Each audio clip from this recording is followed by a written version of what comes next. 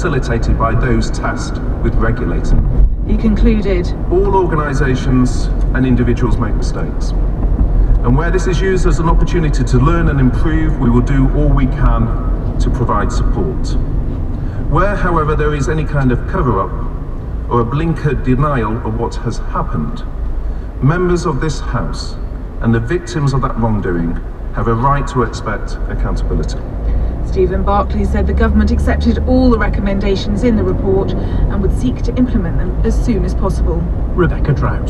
The public spending watchdog, the National Audit Office, has been asked to investigate the finances of the charity Motability, which provides vehicles for disabled people. The move follows reports that Motability has reserves of nearly £2.5 billion and pays its chief executive £1.7 million a year. The Work and Pension Secretary, Esther McVeigh, expressed concern at the figures. So whilst the remuneration of its directors and managers is a matter for Motability operations to decide, one has to question from the outside whether this is really right. She said the charity had questions to answer about the direction it had taken.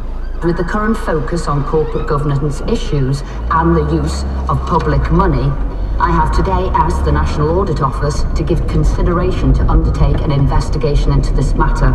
I would be keen for the NAO to look at how taxpayers' money is being used by Motability. The company which delivers the scheme, Motability Operations, enables disabled people to use their mobility allowance welfare benefit to lease a car, scooter or powered wheelchair.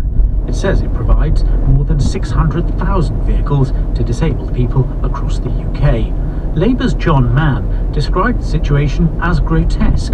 He reassured people using the scheme that they had nothing to fear. What we are interested in Parliament, is it not, is the finances behind it, File protected, profits, and the scandal that a no-risk scheme has banks profiting so much and the charity itself holding 2.4 billion in reserves quite unnecessarily.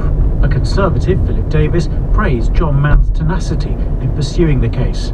Isn't it the case that not only have the taxpayer been overpaying over the years, but also disabled people have been overpaying from their benefits to pay for this scheme, and surely they could be getting exactly the same benefits for a lower amount of money per week, and that money could be given back to disabled people to help them pay their other living costs.